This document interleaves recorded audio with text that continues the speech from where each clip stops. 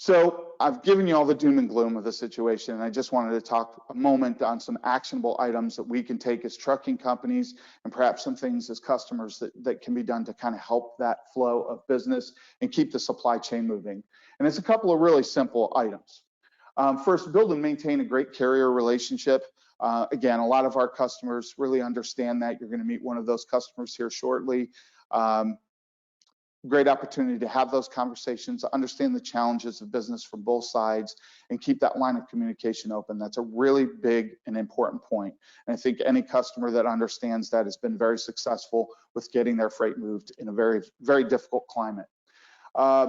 Understanding the true costs associated with transportation. Virtually everything's gone up in terms of product, transportation costs. Diesel fuel is on the spike here at this point. We've watched a very large dollar amount increase as far as fuel costs are concerned, and also payroll.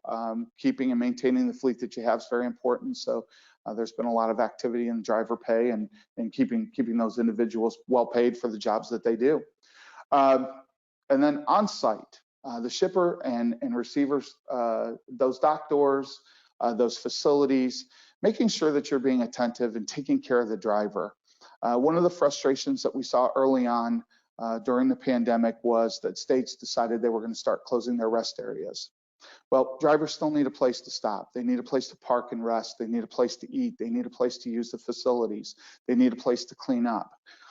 If you have those types of facilities on site at your location and can afford to allow drivers to park and stay and rest in safety and in comfort, I highly encourage that.